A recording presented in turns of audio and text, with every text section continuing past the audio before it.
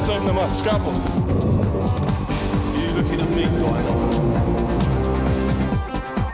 We're losing adrenaline now. You'll never amount to anything, Diamond. Everybody clear! You scum! We've lost him.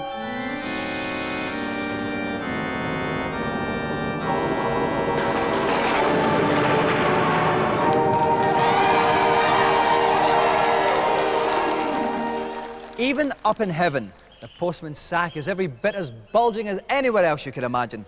And we've got two particularly fine letters this week. One from Andrew Thompson from Islington, who says, "Dear Dominic, I completed Donkey Kong Country on my second attempt. Is this a record?" Well, no, Andrew. The second coming by the Stone Roses is a record. This is merely an above-average games playing feat. Second letter is from David Wells up in Glasgow. "Dear Dominic, I bought a new Sony PlayStation, but it doesn't work. When I switch it on, instead of playing fantastic 32-bit software, it simply starts to smell and moan about life not being as good as the old days." See, what you've done there, David, you've actually bought an old-age pensioner by mistake. Not to worry, if you take it back to the shop, I'm sure they'll exchange it, as long as you have that all-important receipt. All right, mate? Coming up on today's show, Phil, Babb and Graeme Le Saux in the second round of our footy tournament. But first, we have matters more intellectual in our event, which we like to call Three's a Crowd.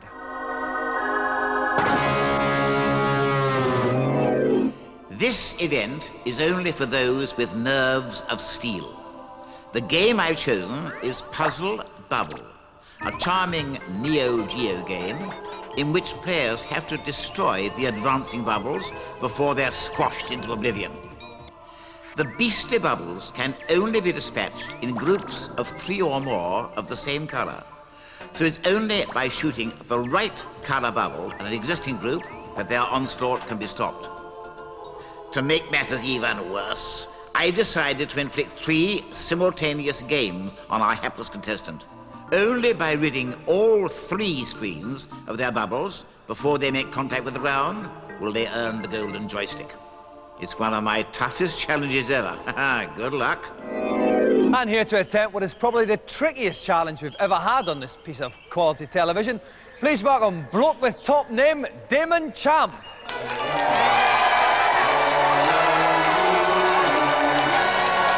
Welcome, Damon. Now, Damon, fantastically tough challenge this. I reckon you need to be quite fit. Do you exercise at all? Yeah, I try to exercise about 3 times a week at least. What kind of exercise is that? Regular exercise like push-ups, sit-ups. Do you pump iron at all? I've done a bit of weightlifting in the past, so I still do it from time to time. Quite a smart bloke? Yeah, I dress casually when I go out sometimes. I actually meant intelligence, but that's a very fine answer though, Damon. That's good, that's alert thinking. Right, well listen, Damon, while you get ready to play, we'll take a look at this week's news.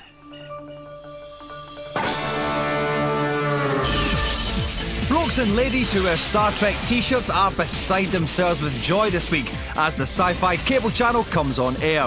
Devoted entirely to science fiction and fantasy, the channel offers films, TV shows, factual programmes and cartoons. They're modern, state-of-the-art movies as well as some vintage black and white material, proving you don't need multi-million-pound special effects to make something which saddos will attend conventions about 400 years from now wearing open-toed sandals. Virtua Cop 2, the long-awaited sequel to the arcade classic, quite literally ran along to an arcade show this month and said, "All right, guys." The standard Virtua Cop style remains with a real club bad guy day-out frenzy. There's also new features, including a subway train shootout. You can even relive those happy Paisley days with top car chase shooting action. People everywhere can expect to gather around this cabinet sometime next year. Meanwhile, in Japan, the We Love Toshinden but We're Bored with the Graphics gang are rejoicing over the free CD that comes with the Ultimate Fighting Guide tipbook. It contains a patch for the game, providing a choice of different outfits and even giving rather large heads to the characters. Whatever next?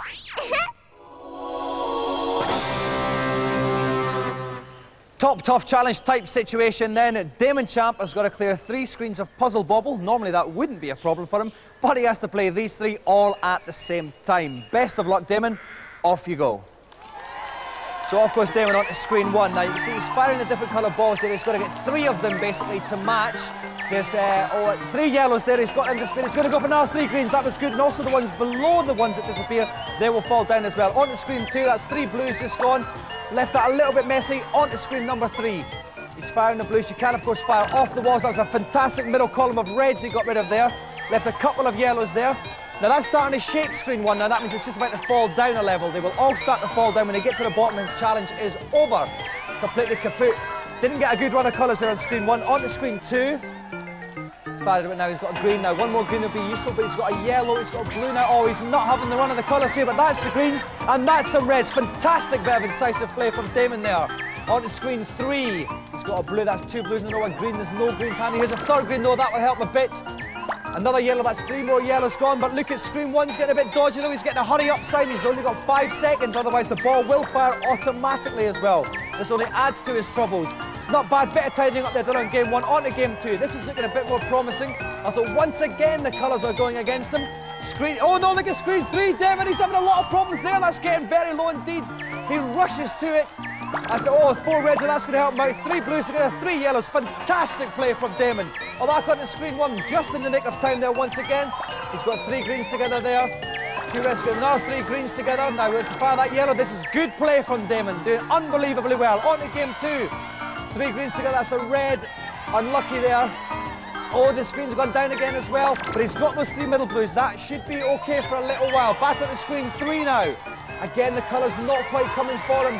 There's a yellow, he's got 3 yellows, but the sides are looking iffy on 3. Back to 1. 1 is probably the calmest screen he's got. He may afford to leave this for a little while after the screen has come down. He wants to get rid of those yellows on the right-hand side if he can. Those reds, beg your pardon, on the right. On to screen 2 now. He's cleared that bunch of yellows, cleared that bunch of blues. I'd watch screen... Oh no, he's got screen 1 and screen 3, both looking dodgy just now. He wants another red on screen 1. The red isn't coming, no, it's a yellow. And the green, he wants a red quickly.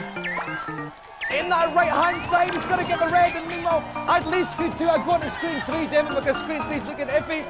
Screen 1's looking not too bad, actually, but you're getting a hurry-up warning. It's going to fire the ball on screen 1. He zips back to screen 1. It's getting lower and lower. Screen 2's not looking too bad. Screen 3's getting quite low as well.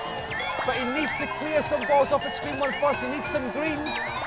That'll help a lot. He needs a red as well. He needs a couple of reds. Oh no, screen 1's getting low. And so is screen 3 as well. He's desperately battling against time. He's back on a 3. It's unbelievable how he's kept going this long. Screen 1's looking bad. Screen 2's not quite so bad. He can leave that for a while, but screen 1 is looking very rough indeed. He's going to fall below the line if he's not careful. He wants a couple of blues now. I can't see how he's going to do it. No, he's gone black. A valiant effort there, but Damon, he's unfortunately not done the challenge. Damon, oh, okay. I was going to get my breath back for a second there, Damon. You lasted fantastically long there. There was a couple of times it was getting very, very dodgy. Talk us through some of the moist moments for you. Yeah, I know I lost a bit of time on screen 1 as the balls were adding up, and that made it more difficult for me to get rid of the balls. So I was just concentrating on 2 and 3 when I should have been concentrating on 1. That was where you went wrong, you reckon? Yeah. Are you as bathed in sweat as I am?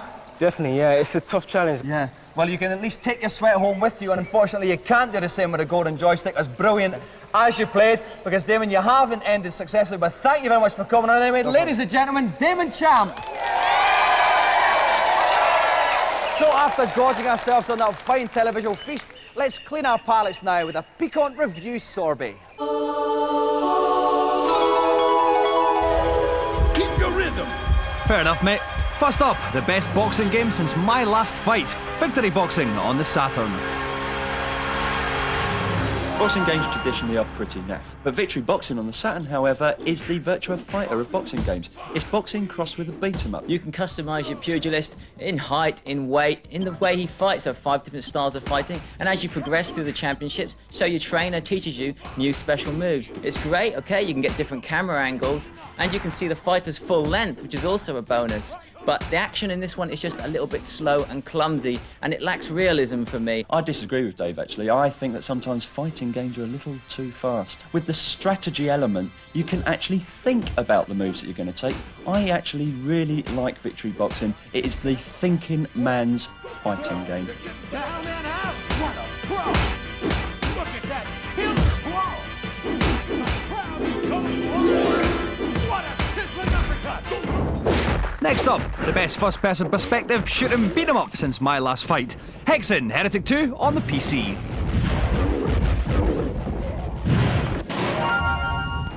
Whereas Doom was just running around shooting things, Hexen, however, is actually far more complex than that. You have 3 characters to choose from at the beginning, all with their own individual abilities and weapons. The areas you're in are far more interactive. You can do things like shooting out stained glass windows, and the effects of some of the weapons and spells can only be described as truly evil. The mage has these glowing blue hands that fire huge shards of freezing power at your enemies. There's also the option to play in a cooperative mode as well as in the old Doom deathmatch. This is a truly huge and awesome game.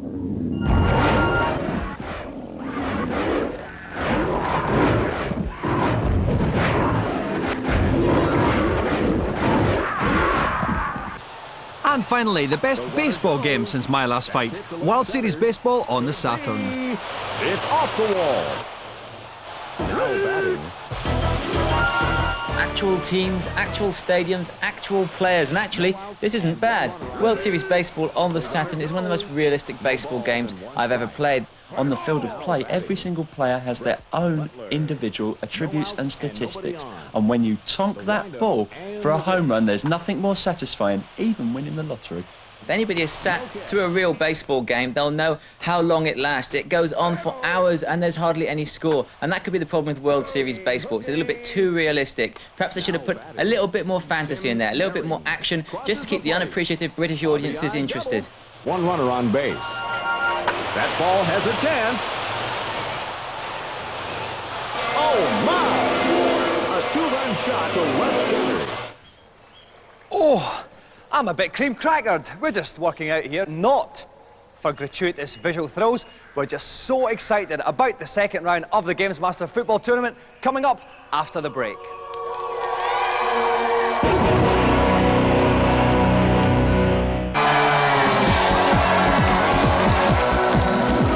Welcome back to GamesMaster Stadium. We're quite literally 3 minutes 30 seconds away from kickoff. And if you wish to be pedantic, you can start your stopwatches now to see if I'm lying. The rest of you, though, can recline and see what slice of soccer Arcadia GamesMaster has in mind. The second round of our football championship will again be played on winning 11. And our players will have 2 halves to prove which of them is the master of the PlayStation pitch. Right, lads, let's give it 101%. Now, you may remember last week Dean Holdsworth narrowly pipped David Kerslake 1-0 in the first semi-final of the annual GamesMaster football tournament. This week we have a clash of the defensive titans for the second semi-final. Please welcome Graeme Le Saux and Phil Babb.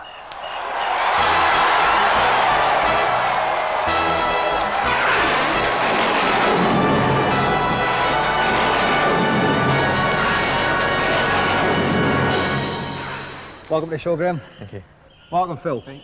OK, right, Graeme, there has been a lot of atrocious haircuts in the Premiership so far this season. What's been your particular worst? The bleached ones. You know, like sort of Robbie Fowler's, Gaz's and that? No names, but...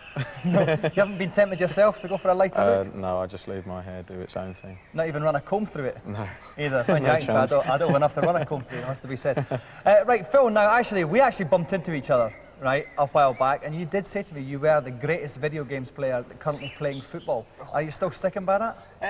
I'll have a good bash at it. Because you said, get me on the show, I am fantastic. Oh, well, so you have to be good now. You have to be good. Do you reckon you can take Graeme then? I'd like to think so. And what style of play will we be having from you? Dynamic. OK, I'm contractually obliged at this point, gentlemen, to ask you to follow me up to the challenge area in preparation for play. Come and have a go if you think you're hard enough. PC Reviews ball boy Rick Henderson is joining me again for the second semi-final. Rick, who are you going to go for? Oh, as a lifelong Reds fan, Liverpool that is, not the Scummers, it's got to be Phil. Phil's got to win this one as far as I'm concerned. But if Graeme indeed attacks it the same way as he attacks his left back slot for England, with the same tenacity, it would be an interesting contest, I think. Thank you very much, Rick. That was almost eloquent as well. It was. OK, best of luck, boys. English. Let's go to kick-off. OK, Phil Babb is playing in the orange. The team is called Spulse, playing from left to right. And Graeme Le Saux is playing in the blue. From right to left, his team is called Jubilo. If you remember last week, we saw a very random game. But it looks like it's a goal! Stay away! It's gone straight away. Quick goal! It's a lovely ball in. The goalkeeper struggling. and then the guy follows up and slams it in the back of the net. Okay, Graeme with a lot of work to do. Yeah, Graham's actually got to push it up front. Best thing to do there is actually to pass it around your players. Try and get the ball moving. You're not going to get any positional play with just trying to run through the other players. And that's another speculative ball there, played into a lot of space. Oh, lovely little backheeled clearance there from Mr. Babb, and he's coming up with that's a crunching tackle from Le Saux. He was coming from left back then, I think you'll find. Certainly was, right. Babb on the attack, comes up to the outside of the box. Are we going to see a shot? Oh, here he goes again! Oh, straight into the top. Right to the keeper's outstretched hands. 2-0 to the Babster. And here's the replay again. We see him coming to the edge of the box and he just lets rip there. Get in there. That was superb. Eat my goal. Okay, now listen, how is Graeme Le Saux going to come back from this, Rick? He's got to get that ball moving around. I mean, Phil's just walking past his players. Try not to rely on the defenders so much, I think, is the idea there, because they're not stopping anything. Okay, once more, it's Phil Babb on the attack. Oh no, but it's like another great tackle from the defence. Yeah, it's a long ball up. Phil's defence is rock solid. Now that's a speculative ball if ever I've seen one. But I think Phil's going to be the first player to get to this, and the keeper's not gone for it. A rare lapse in Phil's striking abilities. That was very, what you might call an opportunity missed. It certainly was, right. Again, it's Phil Babb, skips over the first tackle. Oh, skips over the second. It's another one. It's a rout. It surely is. And here's the replay again. Just look at this amazing little dribbling. skip. And in. And another one. 3-0. It's looking like curtains. Coming to the end of the first half there. Maybe Graeme can snatch one back, but it's Phil still on the ball. Now he's keeping possession very well, Rick. He's just skipping over every chance. Oh, apart from that one. That's it. They've cleared it. One final effort before the whistle blows. Maybe no. That's it. It's half time. And the score at the moment: Phil Babb 3, Graeme Le Saux 0. Okay, let's kick off the second half and rejoin the action. Now the players are swapped round. The Graeme still in the blue, playing from left to right now, and he's dribbling it up from defence. Not wise, but it's working. That's another. It's a dangerous ball there, but the defence cuts it out. Maybe that's a way that Graeme can get back in the match. You can see that Phil's midfield is definitely not strong. That's true, but his centre-back pairing are not missing a trick. Oh, that was a terrible foul, but the referee has chosen to miss it. Referees are very lenient in this game. They won't give a card for anything. That was a fine shot there from Graeme Le Saux, but I don't think anything's going to get past the Babb's goalkeeper today. No, I think Graham's going to be speculatively peppering that goal with as many shots as possible, but none of them will go in now. Phil Babb quite content to sit back, soak up the pressure, hit him on the counter-attack, as he's doing now. This is another fantastic, amazing run. What a run. He's in the box. It's another great goal. That was very Stan Collymore. It certainly was. Here it comes. We see it again. Talk us through this, Rick. Well, we joined it a bit too late. He went round about 3 or 4 players and just tunked it straight Still into the had the top. energy left to let that rocket rip. 4-0 now, and I think Graeme Le Saux is playing for pride now. Yeah, I think he must be. He just wants a goal here. He just wants a goal to gain a little bit of respect from his teammates. What can he pull out here? There's not a great deal of time left. He's going route 1. He's going to go straight down the park. Maybe he's going to try another mazy little run. It could be in that 8 seconds left, though. A rather feeble effort there. Yeah, he should have tried for the near post there. Okay, a week throughout. There's only a matter of seconds. 3 seconds, 2 seconds, 1 second left. This could be a Graham's final chance. We're into injury time now. The goalkeeper's going to be in no hurry to kick this out. Oh, he's just holding on to it. Kicks Very it cheeky. far into the Le Saux half. Now, could have been no, just for Phil, another goal maybe he'll from get Phil one Babb. more just at the end. Oh, he's round He's one, going all the way. The round referee's another. looking at his watch. No, oh, straight over the bar as the referee blows his whistle, with the final score being Phil Babb 4, Graeme Le Saux 0. Well, Phil. Well, Graeme. Right, Phil, we'll start with you. What can I say? Absolutely magnificent. What was the secret of your success? Bit of coaching from Robbie Fowler and Stan Collymore this morning, and put my shooting boots on and it seemed to work. But they didn't kind of influence you to change your hair at all? No, you're not going to follow suit with them? And that's probably a good thing. Graeme, when was the last time you suffered a 4-0 defeat? It's been ages and ages ago. Yeah, it's been a little while. So what went wrong? I think someone was fiddling with my joystick. I'm sure. Well, enough about that. It's, we don't want to get the tabloids involved or anything like this. We don't want to bring the game into disrepute. And we certainly don't want to be on right to reply again because we're a little bit bored of that having happened to us. Thanks so much for coming along anyway, Graeme. It's a pity you couldn't make it to the final, but there is a place in my Sunday League team this Sunday, if you are free. See what I can do. Well, we'll have to test you out first, obviously. You can't just walk straight on in. that performance, I think I'm going to struggle. And Phil, we'll see you next week in the grand final. Okay. All right, thanks very much. Phil Babb, Graeme Le Saux. Now, as nice as heaven is, at times it can be duller than a very dull thing. That's why once a week I like to get out and about in a fantastic feature. The Waterworld show, which opened last week in Universal Studios California, is the most complex live action show ever, with tourists quite literally watching it by the busload.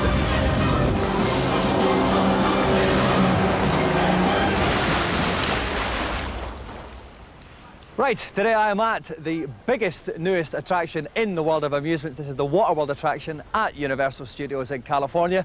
And don't tell my mum no, because she thinks I've just nipped out for a pint of milk.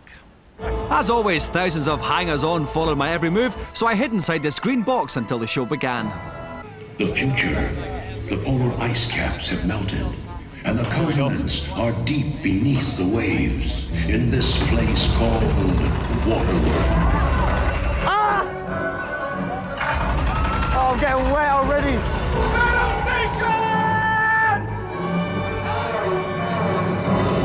The show features Hero Bloke Mariner having a set-to with Bad Bloke Deacon, accompanied by spectacular action sequences that make Home and Away look like a bad Australian soap.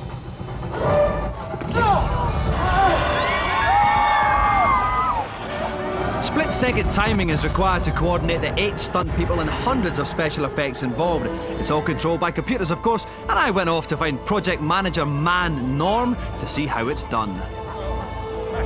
Right, I'm in the actual Waterworld control room with Norm, project manager. Norm, tell us a bit about some of the equipment that you're using for the ride. Well, what we have right here is our main operator control console, and this is our main show computer that evaluates all of the safety systems and sensors that we use to run the show. We have a video surveillance system, and that allows us to see people underwater. That's our jet ski launcher. That's another underwater shot. Is it possible for anything to go wrong then with this? Well, with every show you have the human element. You've got 8 actors out there, you've got a stage crew of about 10 people. So more often than not, it's a factor of somebody not being on their button or an actor not being in the right spot, and the effect may not go.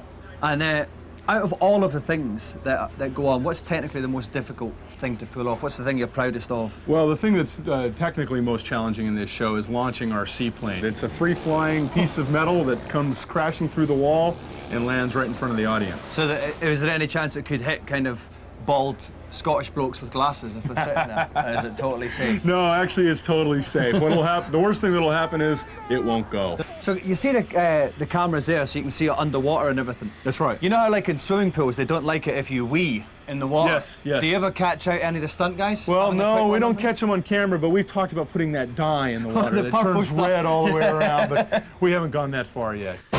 Well, my pants were certainly moist from the experience, even if the actors weren't. Waterworld is by far the biggest entertainment spectacle to hit Los Angeles since the O.J. Simpson trial, only slightly more realistic.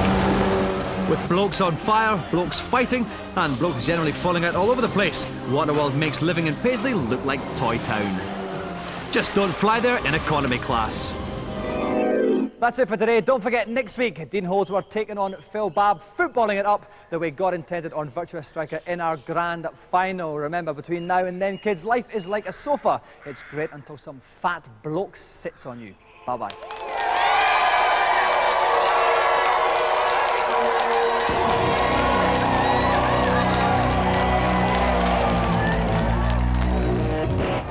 I hate this place.